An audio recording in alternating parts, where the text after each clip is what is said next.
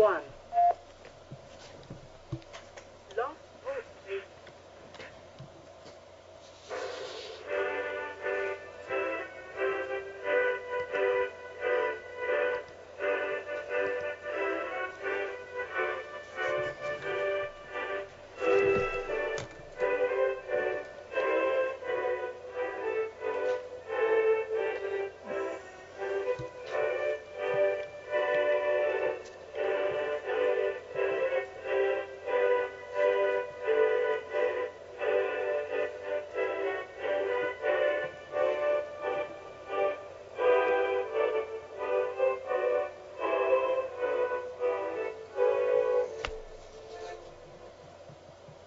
Boa noite, meus amigos. Estamos aqui de volta. Como sempre, começamos nosso programa invocando a Santíssima Virgem Maria e o Santo Padre Pio de Pietrelcina, para que roguem a Deus que nenhuma injustiça se cometa neste programa. Eu queria lembrar a vocês que de 7 a 12 de maio eu vou proferir aqui em Colonial Heights, Virgínia, o curso Conhecimento e Moralidade, cujo programa se encontra no meu website www.olavedecarvalho.org. Informações e inscrições com o Sr. Eduí Ferro. Telefone 041-3209-1289 ou 041-9974-4443 ou 041-9650-9671. Também queria aproveitar para pedir desculpas a todos aqueles leitores aos quais eu não tenho respondido, porque a coisa é impossível. Eu recebo 700 e-mails por dia, dos quais pelo menos 200 são perguntas para este programa, e a coisa ultrapassa fisicamente a minha capacidade de responder. Peço desculpas a todos, não há absolutamente nada que eu possa fazer. Eu gostaria aqui de ter uma equipe de 20 pessoas trabalhando para poder atender tudo isso, mas infelizmente nós temos aqui somente a nossa família e os nossos cachorros, que infelizmente não são alfabetizados o suficiente, nasceram analfabetos e permanecem nessa condição, né?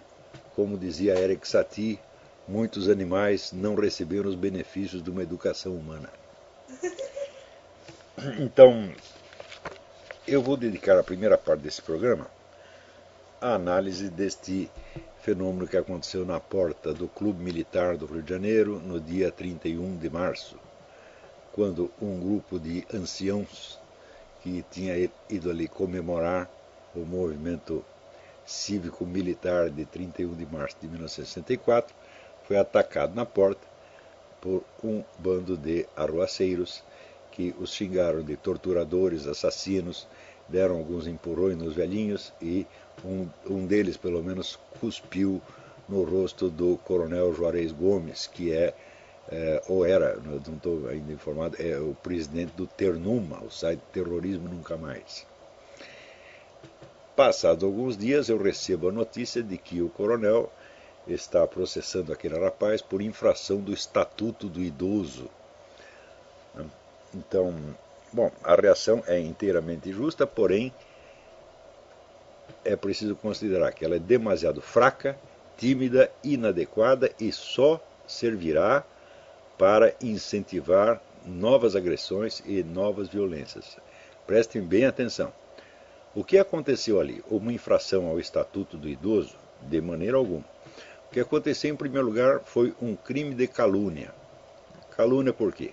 O coronel Juarez Gomes jamais foi acusado judicialmente de qualquer crime de tortura, homicídio, qualquer violência que fosse. Tá certo? Não há absolutamente nada contra ele, nem contra a totalidade ou quase daqueles oficiais que estavam lá. Que eu saiba, há alguns oficiais que estão sob investigação por crimes de eventuais crimes de tortura, mas não era nenhum desses que estava lá. Sobretudo o próprio coronel Juarez. Isto quer dizer que o coronel Juarez e outros foram chamados de assassinos e torturadores não porque haja alguma suspeita de que eles tenham cometido esses crimes, mas pelo simples fato de que eles aplaudem retroativamente o movimento de 31 de março. Ou seja, é um simples delito de opinião. E tudo vem sendo feito para incriminar como torturador e assassino qualquer sujeito que goste do regime de 64. Ora, por esse critério, os promotores daquela manifestação são muito mais torturadores e muito mais assassinos do que qualquer militar brasileiro, já que eles aprovam, tá certo? E aplaudem constantemente e às vezes ajudam materialmente, tá certo? Regimes genocidas que mataram milhares de vezes mais pessoas do que a nossa ditadura. Então, se o simples fato de o sujeito gostar de um determinado regime político o torna responsável pelos crimes eventualmente cometidos em nome desse regime, então são todos ali torturadores, terroristas, assassinos, etc, etc. Então, em primeiro lugar, houve esse crime de calúnia. Então aí, Coronel Juarez, se o senhor está me ouvindo, eu vou até pedir que faça esta gravação chegar aos seus ouvidos, seus olhos e ouvidos, saiba que processar esse rapaz só por infração ao Estatuto do Idoso é praticamente afagá-lo. Porque ele chega lá, pede desculpas, não foi minha intenção e pronto, acabou. E no máximo ele vai ser, se ele for punido, será punido, vamos dizer, com uma pena disciplinar, assim, tipo, né, tomar conta de criancinhas durante uma semana, tá certo? Ou limpar lá umas privadas e pronto, acabou. Isso vai ser no máximo. Nem que nem limpar privado, imagina se seria uma truculência, né, que a nossa justiça jamais imporia, né, a este cidadão. Então, isso aí é como você reagir a um soco com um gemido. Quer dizer, isso é uma desonra. Quer dizer, você ali é submetido a um crime de calúnia, obviamente o crime de calúnia, tá certo? E diz que houve uma infração do Estatuto do Idoso. Quer dizer, já está diminuindo, atenuando a gravidade do crime que cometeram contra o senhor mesmo. Isso aí não se faz. Isso é demonstração de fraqueza e, como dizia o Donald Rumsfeld, a fraqueza atrai a agressividade. Em segundo lugar, não foi um crime de calúnia cometido no calor do momento, num rompante. Não. A manifestação foi organizada para isto. Quer dizer, o rapaz e os outros foram lá para isto. E treinaram para isto. Houve até um que se jogou no chão, dizendo assim, eles mataram meu pai, eles mataram a minha mãe. Quando foi ver, não mataram ninguém. O pai e a mãe do rapaz estão vivos.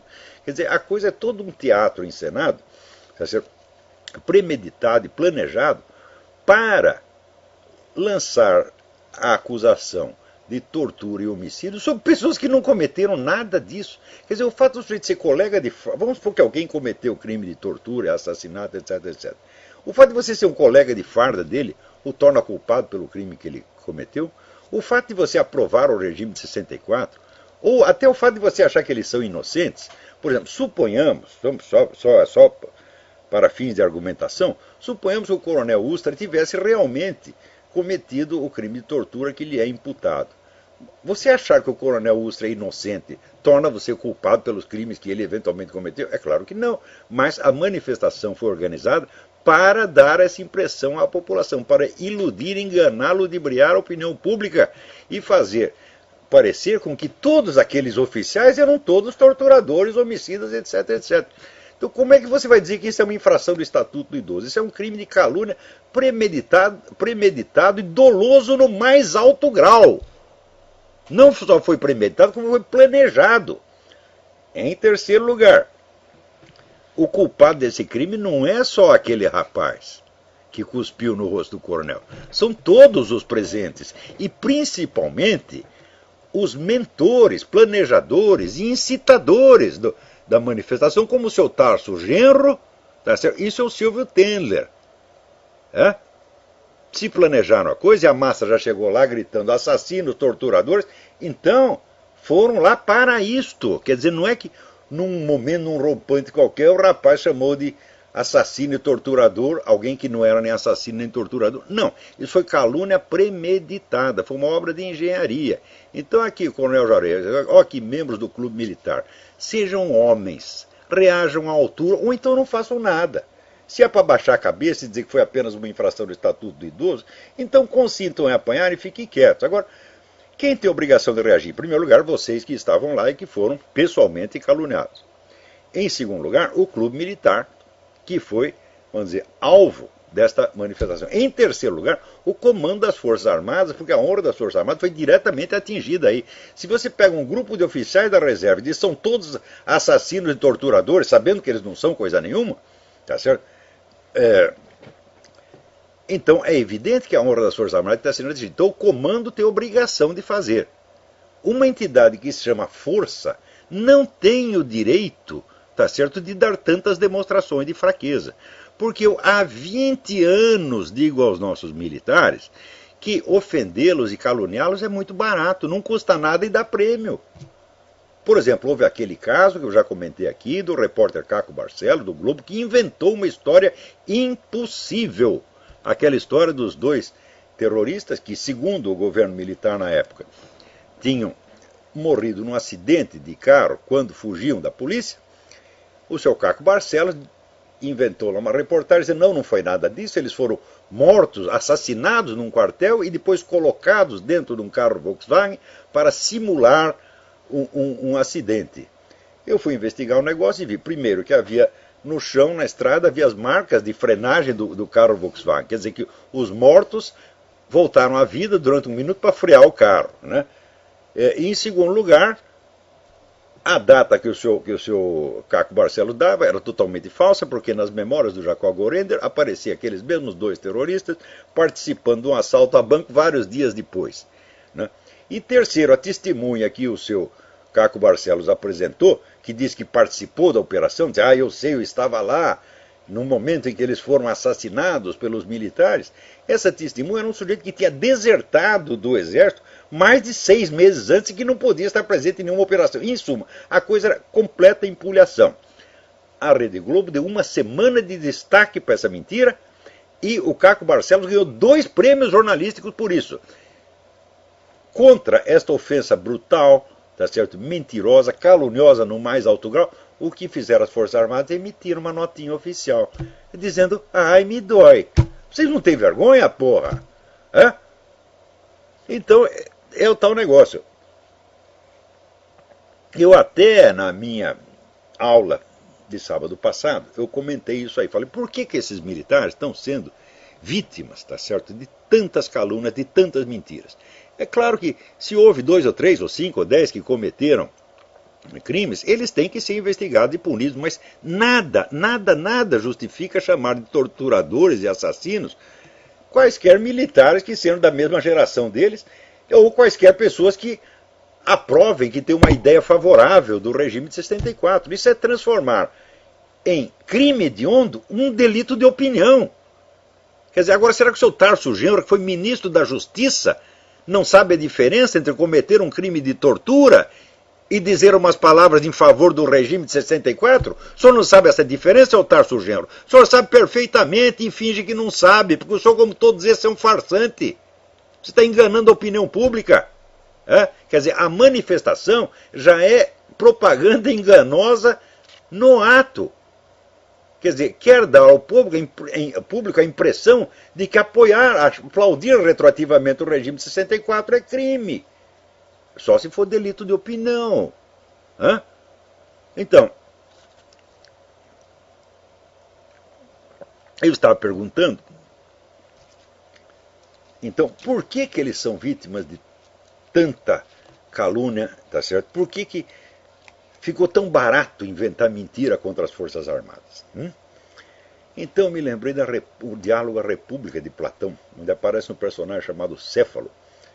E Céfalo é o dono da casa onde está se desenrolando o diálogo, e ele é um homem muito rico, foi um político, uma pessoa importante da geração anterior, e ele não aguenta acompanhar o diálogo, ele vai dormir. Então, o grande intérprete do Platão, que é Eric Voegelin, explica o seguinte: o Céfalo representa uma pessoa da geração anterior, que é uma pessoa honesta, um homem de bem, mas que era um homem de bem que procedeu honestamente simplesmente por tradição e hábito, sem verdadeiro amor à sabedoria. Então, é uma pessoa oca que não tem nada para dizer à nova geração. E quando essa nova geração, então, é exposta a influências ainda mais corruptoras do que antes, essa nova geração não tem nada o que fazer e a história passa em cima deles como um trator. Esta é a culpa dos nossos militares.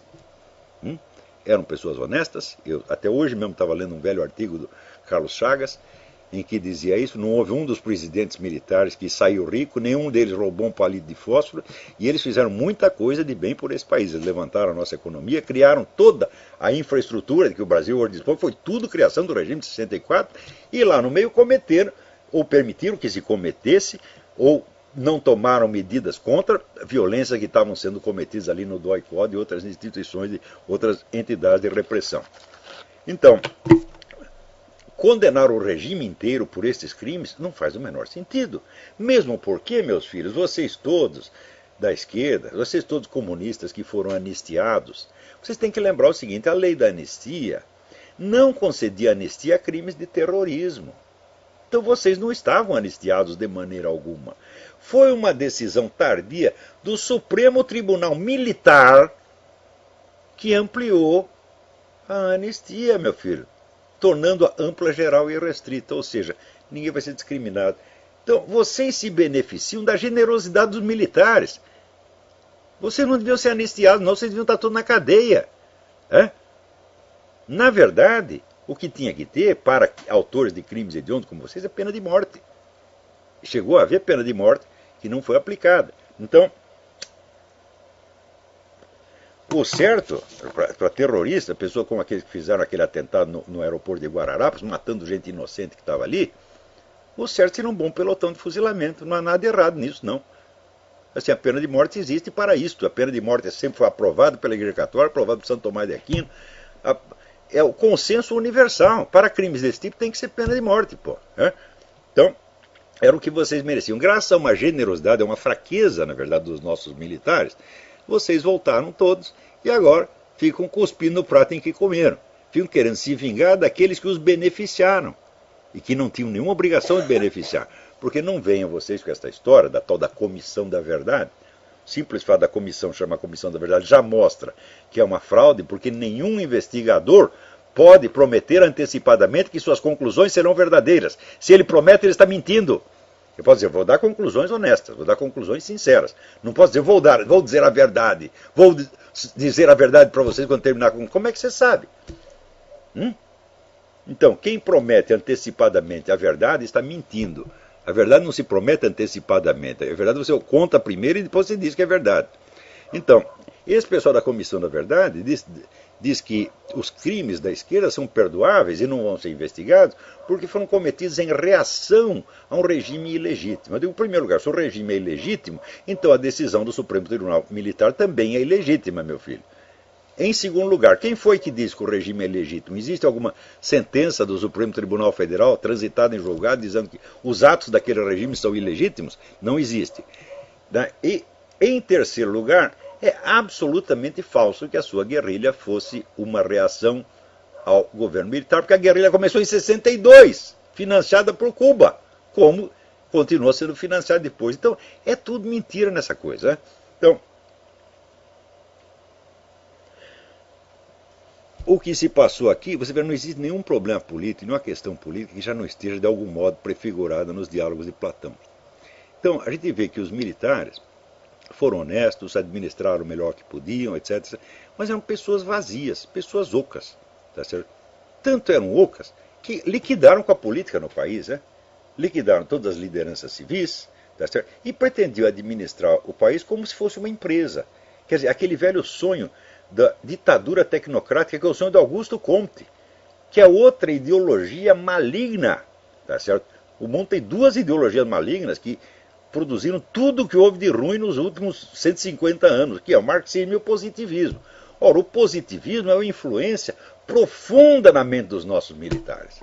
Então o que eles falaram? Liquidamos a vida política, chamamos meia dúzia de técnicos e administramos o país como se fosse uma empresa. É a ideia de Augusto Comte. Ora, o sujeito para levar isso a sério, na plena década de 60, precisa ser muito burro e intelectualmente indolente. Segundo, a indolência intelectual desses militares não permitiu sequer que eles acompanhassem a Revolução Cultural Gramsciana, que já estava começando sob as suas barbas e às vezes sob o seu patrocínio. Terceiro, tiveram no poder 20 anos, não fizeram uma única campanha de propaganda anticomunista. Quando tinham... Veja, se vocês subiram ao poder para defender o país contra o comunismo, não basta tirar o governante e em seguida fazer uma bela administração e restaurar a economia. Não, é preciso esclarecer o povo o que é o comunismo. Vocês se abstiveram, se omitiram de fazer isso durante 20 anos. Às vezes faziam umas campanhas contra os terroristas, alegando a violência e ilegalidade. Contra o comunismo mesmo não se falava nada. Então vocês criaram um vazio ideológico, um vazio cultural, que a esquerda ocupou facilmente. Então o que aconteceu? Aquilo que já estava na República de Platão. Quer dizer, uma velha geração que era honesta e correta apenas por força do hábito, mas que não tinha verdadeiro amor, não tinha amor à verdade. Não ia buscar a verdade. Eram pessoas rotineiras, vazias, sem imaginação, tá certo? Intelectualmente indolentes. Então vocês deixaram o vazio, permitindo que a geração seguinte fosse corrompida e agora fosse cuspir na sua cara. Pior ainda, vocês não foram intelectualmente indolentes. Olha aqui, militares brasileiros e membros do clube militar. Vocês não foram intelectualmente indolentes só durante o governo militar. Depois continuaram sendo. Porque eu fui muitas vezes no clube militar e adverti a vocês essa questão do gramscismo. A primeira reação que surgiu levou 8 anos. Ou seja, 8 anos depois de eu publicar o livro A Nova Era da Revolução Cultural, pela primeira vez, um oficial, alto oficial das nossas Forças Armadas, deu sinal de que tinha percebido a coisa, que foi o general José Fábrega. E depois veio o general Sérgio Augusto Avelar Coutinho, que escreveu 2 livros excelentes a respeito. Uma reação tardia que mostra a sua indolência intelectual. Ora, se vocês não querem estudar, se vocês têm medo de ser intelectuais, tá certo? Se vocês têm o mesmo preconceito luliano contra o conhecimento, então vocês são iguais a eles sob esse aspecto, né?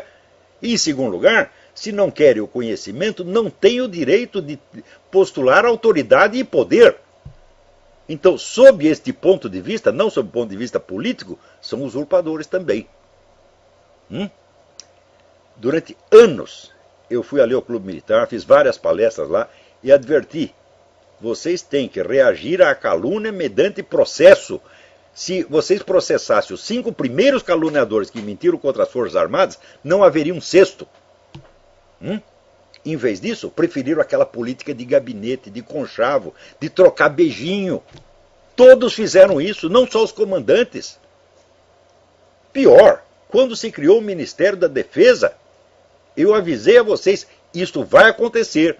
As Forças Armadas vão ser pisoteadas, vão ser humilhadas e vocês não vão poder fazer nada. Ainda tem vários coronéis imbecis que se levantaram para dizer: não, mas nós precisamos do Ministério da Defesa. Vieram com raciocínios burocráticos, mostrando que nada entendem de política, não entendem confronto de forças, não entendem estratégia leninista e muito menos a estratégia de Antônio Gramsci. Ou seja, amadores. Gente sem a mínimo de cultura política. Então, se vocês não querem se informar sobre a situação, então não venham se queixar quando a situação se volta contra vocês. Porque, olha aqui, avestruz, meu filho, avestruz esconde a cabeça, mas ergue a bunda, você está entendendo? E oferece. Então, aqueles que não quiseram estudar a coisa, avaliar corretamente os perigos, são culpados. Não culpados de tortura e homicídio, evidentemente. São culpados de omissão, são culpados de indolência intelectual e são culpados de ter ocupado posições para as quais não estavam intelectualmente preparados e nem pensaram em se preparar. Então, é o velho problema que já Platão assinalava, que a desordem na sociedade começa quando as pessoas começam a ocupar postos para os quais não estão preparados. E hoje em dia todo mundo se acha preparado para tudo. Pois o próprio Tarso Genro, né? Tarso Genro é aquele que fazia a poesia da punheta, né? A poesia, em outros termos, é quanta punheta toquei por você. É uma coisa ridícula, grotesca, coisa de menino de ginásio, tá certo? Quer dizer, um homem intelectualmente desqualificado. Um sujeito que comigo não aguentaria 2 minutos de debate sem sair chorando. Isso vira ministro da Justiça. Tá entendendo? Agora, isso aí é a desordem estabelecida, mas essa desordem não começou depois do regime de 64, começou dentro dele. Não, pois note bem, o general Castelo Branco, que todo mundo foi um presidente maravilhoso, etc., etc., quando sugeriram para ele que fizesse um departamento de propaganda para ensinar às pessoas o que é o comunismo, para alertar contra o comunismo, ele disse: eu não vou seguir o exemplo da ditadura Getúlio Vargas que fez o DIP. Ele tinha que fazer isso, era obrigação disso, mas quer parecer bonzinho, é o bom mocismo. Bom mocismo é covardia, tá certo? Ora, se você toma o poder para defender o país contra o comunismo, depois você tem que ter obrigação de preparar as novas gerações para que não caiam no engodo comunista. Vocês os deixaram livres. Existe até aquele artigo do Ricardo Vélez Rodrigues mostrando como o governo nas universidades protegia a esquerda e boicotava os conservadores. Sempre essa política de conchavo, de bom mocismo, que continua até hoje. Não estão vocês dando aí condecorações para terroristas e depois vem chorar, porra? Militares brasileiros, quem vocês pensam que são? Vocês têm o direito de acumular na mão o poder que o governo militar acumulou e não fazer o que é da sua obrigação? Não defender as novas gerações contra a influência corruptora, ao contrário, abrir as portas generosamente a essa influência corruptora? E depois, quando um dos seus é cuspido na rua e acusado injustamente de um crime que jamais cometeu, vocês apelam ao que é o Estatuto do Idoso? Que fraqueza, que vergonha! Quando vocês vão agir como homens? Então vocês têm obrigação de processar por calúnia premeditada e dolosa, todos os participantes da manifestação e os seus organizadores e mentores, entre os quais Silvio Tendler e Tarso Genro. Bom, muito bem. Está aí dada a mensagem, né? Então, agora, falando de influências corruptoras, você veja, o Tribunal Brasileiro, né, acaba de absolver um pedófilo porque diz que ele teve relações com garotas de 12 anos que já tinham experiência anterior. Então aqui, meu filho, a pedofilia está liberada. Só não seja o primeiro. Espera um trouxa ser o primeiro a comer e daí você vai em segundo. E o tribunal alega que a garota não tinha inocência. E, meus filhos, com toda esta falsa educação que estão passando para as crianças, que já estão ensinando, tá certo? Estão metendo malícia na cabeça das crianças desde o jardim da infância. Você tem aula de sexo anal, aula de punheta, aula de homossexualismo, e faz as crianças viver numa atmosfera de excitação sexual desde pequenininho. Quem será inocente no futuro? Qualquer criança que seja abusada, tá certo, por um pedófilo, o pedófilo pode... Não, mas ela já sabia tudo, ela quis, ela até me provocou. Note bem, anos atrás, quando eu escrevi que depois desse negócio de movimento gay viria a liberação da pedofilia, todo mundo disse que eu era exagerado, louco, paranoico, etc. Já está aí. E não é só no Brasil, não. A ONU, neste momento, está estudando a emissão de um documento que proclama os direitos sexuais das crianças a partir dos 10 anos. É o direito de ser enrabado, o direito de ser estuprado. E vocês sabem que quando a ONU quer uma coisa, ela determina, imediatamente põe em ação uma rede de ONGs bilionárias no mundo inteiro para que pressionem os governos no nível federal, estadual, municipal e até distrital.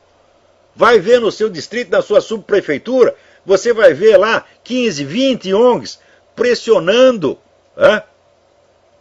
pressionando, iludindo, mentindo, às vezes dando propina ou usando intimidação para impor qualquer besteira, qualquer ideia criminosa que tenha ocorrido nessas cabeças iluminadas dos homens da ONU. Todas as leis que se promulgam no Brasil são assim. Isso quer dizer, esse sistema da ONGs, isso faz parte da administração estatal mundial, através das ONGs, tá certo? A ONU controla todos os governos do mundo, sobretudo de países de imbecis como o Brasil. Quer dizer, o despreparo da nossa classe política, despreparo dos nossos intelectuais, dos nossos analistas de mídia, para dar conta de um fenômeno desse, é uma coisa abismante. Você veja, a mídia, você pensa que a mídia existe para informar você? Não, a mídia é de versões públicas, meu filho. A mídia é que nem novela da Globo, para manter você lá, tá certo? pensando besteira, fazendo masturbação mental, enquanto os caras fazem política pelas suas costas e você nem percebe. Mais ainda, com a concentração da propriedade dos grandes órgãos de mídia na mão de pequenos grupos, a função principal da mídia nos últimos 20 ou 30 anos é censura. Então, você conhece algum assinante da Folha de São Paulo, do Estadão? Você conhece algum telespectador da Globo? Conta para ele. Quer dizer, você é um masoquista. Tá certo? Você está aí pedindo para ser enganado, ludibriado e usado. Então, aliás, alguém me pede de novo, uma lista dos livros principais sobre Nova Ordem Mundial. Olha, eu sugiro que você vá, né, ali no site do Mídia Sem Máscara. Eu vou até lhe mostrar aqui o link. Peraí. Onde está isso? Eita, difícil. Aqui. Você vai no Mídia Sem Máscara, mediasemmáscara.org/trueoutspeak.html, e ali tem um link chamado Lista de livros recomendados por Olavo de Carvalho no True Outspeak. Está lá a lista inteira. Mas ali tem livros sobre outros assuntos também. Então eu vou repetir aqui alguns títulos que eu já dei no programa e que estão lá na lista, mas que são, vamos dizer, isso é o mínimo indispensável, porque se você não leu esses livros, você não sabe nada sobre Nova Ordem Mundial, é melhor ficar quieto. Vai lá no nosso parlamento, vai lá no Clube Militar, pergunta quantos vocês leram esses livros? Não leu? Então cala a boca, burro. Que é o que eu tive que falar para um desses coronéis defensores do Ministério da Defesa. O senhor leu tal livro a respeito desse assunto? Não. Leu outro? Não. Leu outro? Não. O que o senhor leu a respeito? Eu li jornal. Aí então vai tomar no seu cu. Se você não sabe nada, o seu direito de falar é nada. Veja, o direito à expressão da livre opinião corresponde ao direito de não ouvir. Então, quanto tempo você pensou no assunto? 2 minutos? Tá certo? Se você pensou 2 minutos, nós temos que ouvir você durante 2 milionésimos de segundo, virar as costas e ir embora. Então vou dar aqui de novo alguns títulos. Assim, é o mínimo indispensável. Não penso que você lê isso aqui, você vai ser um cara erudito, não. Porque aqui nos Estados Unidos as pessoas leem livros, sabia? Aqui o debate político é todo feito na base de livros. Eu tenho aqui vizinhos, tem enfermeirinha, é o lavrador, eles leem essas coisas, você pensa que não? Olha esse pessoal do Tea Party, é tudo gente que lê, porra. Então, primeiro livro, Carol Quigley, Quigley, Tragedy and Hope. Isso é um depoimento de alguém que pertence à esfera globalista, que trabalhou com esse pessoal globalista e que, pior, é a favor do projeto globalista, mas está tudo contado lá. Segundo, Stanley Monteith. Monteith escreve Montieth. O livro chama-se The Brotherhood of Darkness, A Irmandade das Trevas. É um livro de 100 páginas, um dos melhores livros que existe a respeito. É de uma coisa, de uma objetividade, um negócio certeiro, incrível. Terceiro, Henry Lamb, L-A-M-B, The Rise of Global Governance. Esse é um livro que já aborda a coisa de um ponto de vista mais técnico, legislativo. Muitíssimo bom. Cara. Henry Lamb, ele sabe mais a respeito disso do que provavelmente qualquer outra pessoa no mundo. Quarto livro, Paul Virion, V-I-R-I-O-N, Bientôt un gouvernement mondial. Em breve um governo mundial. Segundo, 2 livros do meu caro Cliff Kincaid. Kincaid escreve K-I-N-C-A-I-D. O primeiro é Global Bondage, The United Nations Plan to Rule the World. E o segundo, Global Taxes for World Government. São livros indispensáveis também. E, finalmente, um livro que está traduzido em português, que ninguém tem desculpa para não ler, que é o livro do Daniel Stulin, A Verdadeira História do Grupo Bilderberg. Isso aqui, meu filho, é para começar a ter uma ideia do assunto. Porque a bibliografia sobre o governo mundial, hoje, dá para lotar muitas e muitas bibliotecas. E você tem livro de todos os tipos. Você tem desde livro polêmico até estudo científico, você tem documentos oficiais, tem tudo ali. Por exemplo, só sobre esse negócio da Agenda 21, a Agenda 21 foi aquilo que começou na Conferência do Rio de Janeiro, em 92. Né?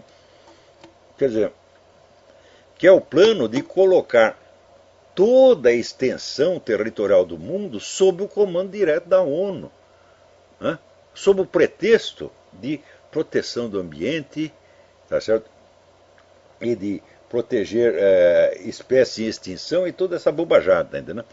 Quando você vai ver, esta semana mesmo, teve um encontro desse globalista na ONU, onde aparece lá um cientista dizendo o seguinte, dizendo que quem quer que resista à ideia do aquecimento global de mãos de causa humana é um doente mental e é uma pessoa que está afetada de uma conduta sociologicamente desviante e deve ser submetida a tratamento psiquiátrico. E ele acabou de dizer isso, e daí ele explicou a proposta dele. A proposta dele, singelamente, é o seguinte: toda a população deve ser concentrada nas grandes cidades e deixar o resto do planeta para os animais.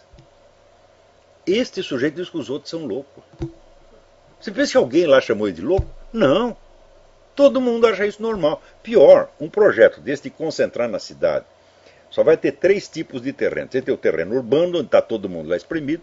Você tem as grandes fazendas, né, coletivas que produzem tudo. E você tem, no meio, 90% da extensão da terra deixada para os animais. É a vida natural, não é isso? E este projeto foi realizado na Romênia pelo Ceausescu, e eu vi o resultado disto. O resultado foi o desastre total da agricultura e o desastre total dos serviços públicos, que até hoje não foi consertado direito, né? Então, as fazendas coletivas fracassaram, e depois que elas fracassaram, você pensa o quê? Quando cai o comunismo, você acha, acabou o comunismo, agora volta tudo que era antes e está tudo resolvido. Você está louco. Eu percorri quilômetros e quilômetros de estrada na Romênia, vendo fazendas paradas, o mato crescendo, tá certo? Enquanto isso a população pagando os tubos por um pouquinho de comida, a produção toda parada. Por quê? Porque quando acabou a fazenda coletiva, meu filho, ninguém sabia quem era o dono anterior. Eram escrituras de 50, 60, 70 anos antes. Aparecia 10 caras dizendo o dono sou eu. E tinha milhares de processos rolando na justiça, enquanto isso tudo parado. Você pensa que quando acaba o comunismo volta tudo às mil maravilhas? Não! O negócio é muito complicado. O comunismo, meu filho, é que nem AIDS. Não é fácil curar, não.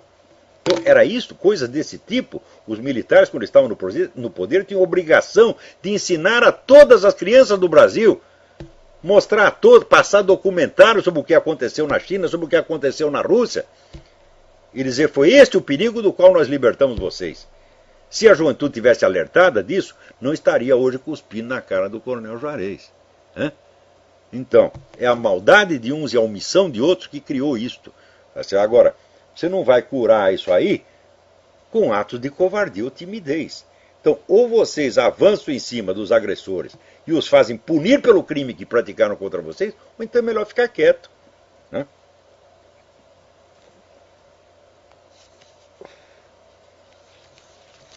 Então, olha aqui, enquanto isso me chega aqui mais uma estatística feita pelo sociólogo Massimo Introvin. Massimo Introvin é um grande estudioso de religião no mundo atual.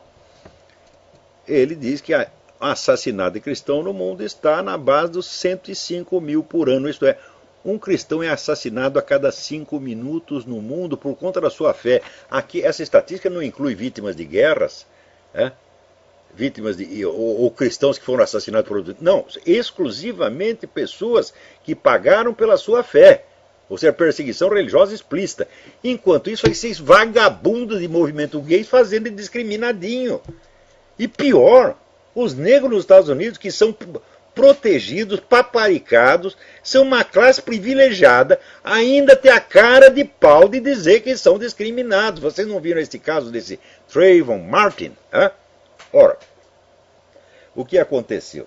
Aconteceu que esse rapaz, que é um sujeito de 1,89 m, foi chamado a atenção por um inspetor de quarteirão, deu a porrada no inspetor de quarteirão, derrubou o cara e estava lá batendo a cabeça do sujeito na calçada. O cara puxou o revólver e deu um tiro nele. O inspetor de quarteirão não é um branco pelo padrão americano, é um chicano. Imediatamente o que aconteceu? A NBC divulgou uma conversa que teria havido entre o inspetor do quarteirão e a polícia, ele falando com a polícia através do telefone celular. E a conversa parecia assim: aqui tem um sujeito de atitude suspeita, ele é preto. Imediatamente criou a ideia de que ele tinha cometido o assassinato por motivo racista. Só que depois descobriram, a gravação foi cortada. Cortada. A conversa inteira é o seguinte: aqui tem um sujeito em atitude suspeita. Porque está aqui embaixo da chuva e ele está andando de um lado para o outro, examinando o carro, essa coisa toda. Daí o cara da polícia pergunta: ele é branco ou preto? Daí ele diz: parece que é preto. Cortada a metade da conversa, pareceu que o sujeito era suspeito porque era preto. Então agora está tendo um inquérito lá interno na NBC para saber quem foi o filho da puta que fez isso. Porém, imediatamente, já surgiu a campanha. Todo mundo, todo quanto é revista, jornal, publicou a foto do cara, da vítima, mas não a foto da vítima como era. Publicou a foto do cara como ele era aos 12 aninhos. Para dar a ideia de que era um menininho inocente. Quando você vai ver, era um homem zarrão de 1,89 m, capaz de derrubar um guarda e bater, maçocar a cabeça no chão. Pior ainda, depois apareceu um vídeo dizendo: olha aqui, a prova de que o inspetor de quarteirão não tinha sido agredido nada, está aqui o vídeo que mostra ele, não tem sangue nenhum na cara dele. E a Folha de São Paulo imediatamente se apressou a publicar esse vídeo e dizer: tá vendo? Foi crime racista mesmo, porque não tinha sangue. Só que é o seguinte: o vídeo foi tirado de cima. De cima dá para você ver a narina do cara? Não. E no vídeo aparece claramente o polícia examinando a camisa do cara, onde ele diz ter visto pingos de sangue, e examinando as costas, onde ele diz ter visto marcas de terra e grama, mostrando que o cara tinha estado deitado. Agora, ou seja, aquilo que prova exatamente o que a polícia está falando é divulgado para vocês como se fosse prova do contrário. Ou seja, quer dizer, você só acredita que a narina estivesse sangrando se houvesse a camisa inteira manchada de sangue? Fala: onde você as viu? Isso simplesmente não acontece. No máximo 2 pingos que vão cair ali, o resto caiu no chão e o cara limpou também. Mas ainda, de cima não dá para ver narina, meu Deus do céu. Mas o que aparece confirma o que a polícia disse: nós examinamos a camisa dele e havia pingos de sangue. E examinamos as costas dele e havia sinal de terra e grama. Portanto, não havia motivo para prender o cara. Enquanto isso, os Panteras Negras, que agora sabemos que é uma entidade que está ligada diretamente ao Hezbollah, colocam primeiro um prêmio de $10 mil pela captura do cara. Captura por quê? Se a polícia diz que não há motivo para prendê-lo, então está induzindo qualquer um a ir lá e prender ou matar o cara. Depois o prêmio foi aumentado para $1 milhão e até o presidente da República entrou na história. Oh, meu Deus do céu! E o tal do inspetor de quarteirão, o Zimmermann, o que ele disse até agora? Nada, coitado. Deve estar aterrorizado lá. Quer dizer, coitado, um chicaninho, tá certo? Que chega aí e está tentando ganhar a vida. Não é isso? Então ele tem que apanhar e ficar quieto. Por quê? Porque o agressor é preto, então não pode mexer, e o presidente da República também é preto. E esses caras ainda dizem que são discriminados, são os donos da bola aqui, porra. Enquanto isso, a cristão pode matar quando quer. Você tem alguma passeata, por causa de violência contra a cristão? Nada. Fica todo mundo afagando. Bom, agora o Papa foi lá em Cuba e pelo menos falou alguma coisa, Não se pode dizer que ele não falou nada. Ele reclamou um pouco, Agora um cara aqui me pergunta: olha só, mas cada jumento que me aparece pela frente, puta que eu pariu, puta que eu pariu. Olha aqui, quer ver? Um cara, tal de Cavaleiro Real, E-mail bnta32@yahoo.com.br. Quem quiser escrever para ele pode escrever. Quem é você para criticar Marx? Veja o que você tem hoje: internet, bibliotecas, jornais, rádio, televisão, institutos acadêmicos de fácil acesso, estão na mão, a informação está na sua mão. E o que Marx tinha em 1800? Somente a sua mente e a sua percepção. Primeiro, 1800? O que é isto? Em 1800 Marx não tinha nascido. Né? Em segundo lugar, vou dizer o que ele tinha. Ele tinha à sua disposição a biblioteca do Museu Britânico, tá certo? Com todos os relatórios econômicos mais avançados da época, biblioteca na qual ele pôde lá pesquisar durante anos e anos a fio, porque ele não precisava trabalhar, era tudo financiado por um capitalista. Eu jamais tive esta moleza. Eu, quando quero pesquisar as coisas, eu tenho que fazer no intervalo dos meus serviços normais, você está entendendo? O homem teve toda a moleza do mundo, nunca precisou trabalhar, porra. Hã? Então,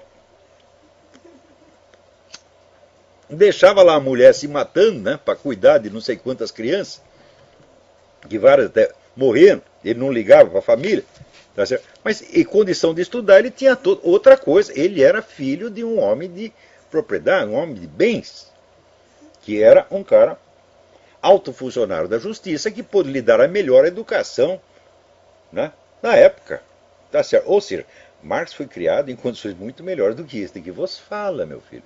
Agora você diz, hoje nós temos internet, não sei o quê. É verdade, meu filho, o capitalismo criou uma riqueza extraordinária. Não é isso? Nos deu uma vida muito melhor, tá certo?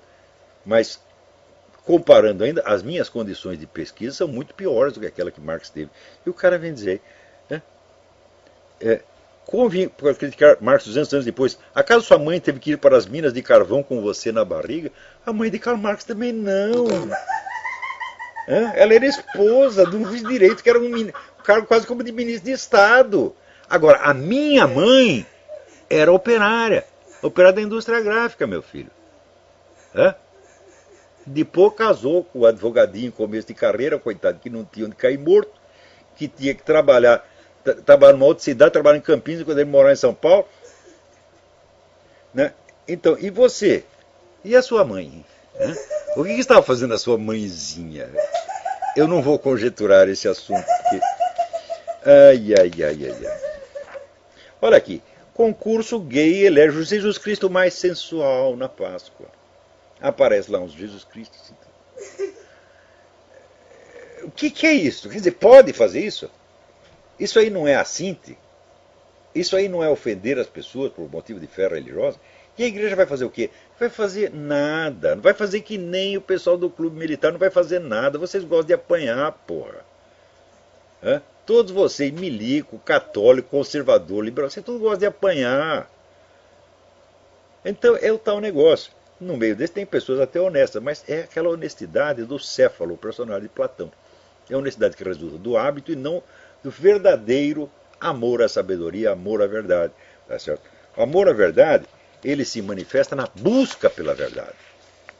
Se você não tem sequer a iniciativa de investigar para saber o que está acontecendo, então você não pode reclamar do que acontece, meu filho. Então alguém me pergunta aqui, qual é a chance que existe de fazer um novo movimento, partido de direita no Brasil? Eu digo qual é a chance. Nenhuma. Zero. Por quê? A política eleitoral, meu filho, é expressão de forças sociais já existentes. Essas forças sociais não saem do nada. Elas começam a se formar nas altas esferas intelectuais, passam depois para o sistema de ensino e vão criando aos poucos uma massa crítica de pessoas que estão contra, né, o estado de coisas. Depois é preciso organizar essas pessoas, não no nível político eleitoral, tá certo? Mas no nível da pura atividade social, interconectar essas pessoas. Né? Por exemplo, eu digo, olha, os militares estão muito descontentes com a situação. O pessoal de polícia também está muito descontente. Por quê? Porque vive de mãos amarradas e não pode prender um bandido sem que a mídia caia de pau. Alguém já tentou aproximar policiais e militares? Nunca. Então, houve uma época em que havia empresários liberais que estavam revoltados contra a política estatista do governo. Eu digo, bom, vocês estão revoltados, os militares também. Vamos aproximar uns dos outros. Isso foi 15, 20 anos atrás. Eu estou lá tentando, então, aproximar empresários e militares e sobe o presidente do Instituto Liberal, Dr. Og Leme, no palanque do Fórum da Liberdade, para dizer que as Forças Armadas tinham que ser fechadas. Quer dizer, o cara raciocinando doutrinariamente, a partir das doutrinas do Murray Rothbard, né, chega à conclusão de que Força Armada não serve para nada, tinha que fechar. Então, a pessoa totalmente alheia ao qual o Dr. Og Leme não era nenhum analfabeto. era até um homem de certa cultura, porém, mas com aquela presunção doutrinária, bacharelística, típica do Brasil. Que ele acha que aquele ponto que ele estudou, que era economia, é tudo. É? Se fosse perguntar sobre estratégia leninista, ele disse, não vou ler Lenin, isso é besteira. Hã? Quer dizer, então você não quer a verdade, você só quer aquelas coisas que já combinam com você. Olha, meu filho, você para encontrar a verdade, você precisa ficar em dúvida. Você precisa ter estudado todos os lados em disputa e ter, honestamente, de coração, concedido a parte de razão que cada um tem. Tá? Eu posso ficar realmente contra a esquerda porque eu a conheço, eu fui crescido dentro dela. Eu recebi toda a formação que esses Tarso Genros e Zé Dirceu receberam, eu recebi melhor do que eles. Porque eu estudava marxismo, não era só ouvir falar, não é? Então eu conheço aquilo desde dentro, como uma coisa que foi da minha alma, não estou falando de fora. É? Então, como dizia Goethe, contra nada somos mais severos do que contra os erros que nós mesmos abandonamos. Então é isso que precisa fazer, meu filho. Você tem que se expor aos lados contraditórios da verdade e ficar em dúvida, e sofrer a dúvida. Eu já dizia, você vê na própria República, os dramas, as forças interiores que se agitam na mente, na inteligência do filósofo, são as mesmas que se agitam na sociedade em torno. As tendências ruins que tem na nossa alma também, e que estão em luta umas com as outras, as boas, as más, também são as mesmas da sociedade. Então, conhecer-se a si mesmo para conhecer a sociedade. Isso é uma coisa que envolve o ser humano inteiro e que tem que ser empreendido com toda sinceridade, sem medo de sofrer e sem medo da humilhação. A humilhação de reconhecer, olha, eu estava completamente errado, eu ajudei a fazer esta merda. Eu digo para vocês, eu ajudei a esquerda por pouco tempo, mas eu tenho vergonha até hoje, porque eu vejo a mendacidade dos camaradas é uma coisa assim, ilimitada. E eu participei disso. Mesmo sabendo que era mentira. Não, é mentira, mas temos que falar para proteger os companheiros. É assim. Não viram aquele depoimento da Miriam Macedo? Ele foi torturado e não foi coisa nenhuma. Tem milhares de casos que são assim. Tem milhares de desaparecidos que estão aparecidos em Cuba, meu filho. Enquanto não investigar o que se passou em Cuba, na China e na Rússia, você não vai saber o que se passou no Brasil. Agora, ou direitistas do Brasil, ou conservadores, ou militares. Vocês lembram que 15 anos atrás eu propunha que se juntasse um dinheirinho para pagar um historiador russo que falava português, para que fosse nos arquivos de Moscou, descobrir, por exemplo, quem eram aqueles 100 jornalistas que a KGB, brasileiros que a KGB tinha na sua folha de pagamento em 64. Alguém quis? Não. Isso é muito longe, é coisa muito remota, só se interessa pelo imediato. Se você se interessa pelo imediato, você não compreende o processo histórico, e quando o processo histórico assume a forma de uma cuspida dada na sua cara, por um crime que você não cometeu, então o que você vai fazer? Vai chorar? Então, é claro que eu não estou dizendo que os militares são culpados de tudo aquilo que essa gente lhes imputa. Eles são culpados apenas de indolência e de omissão. Quer dizer, subiam lá para cumprir um dever e não o cumpriram. Cumpriram o dever na esfera econômica e administrativa. Por que fizeram isso? Porque acreditaram na história marxista de que cria as revoluções é a miséria, a pobreza. Nunca houve uma revolução comunista num país de economia declinante, meu filho. Se a França no século XVIII era a maior economia da Europa e a que mais crescia, a Rússia foi o país que mais cresceu nos 50 anos que antecederam a Revolução. Então, quer dizer, você aceita esses estereótipos, então você já é vítima da propaganda ideológica, você já é escravo mental do seu inimigo. Então, se você não é capaz de ser independente, de se sobrepor ao seu inimigo, nem mentalmente, quanto mais o fará politicamente ou fisicamente. Então, ora, dá conselho para gente orgulhosa e teimosa. Eu tinha um amigo, quando era pequeno, chamava Severino. Severino era um nordestino, era um homem dessa largura. Homem não, era um menino dessa largura. E um dia, tinha um moleque da outra rua querendo me bater, juntaram um bando e eu saí correndo. Passei na frente da casa do Severino, ele disse, que foi? Ele disse, os meninos lá queriam me bater. Ele disse, por que você não me chamou para te ajudar? Eu falei, não ia te incomodar. Ele disse, não, tem que chamar, porque sabe por quê? Quem é orgulhoso se fode. Então fica essa lição imorredora do meu querido Severino. Quem é orgulhoso se fode. Até a semana que vem, muito obrigado.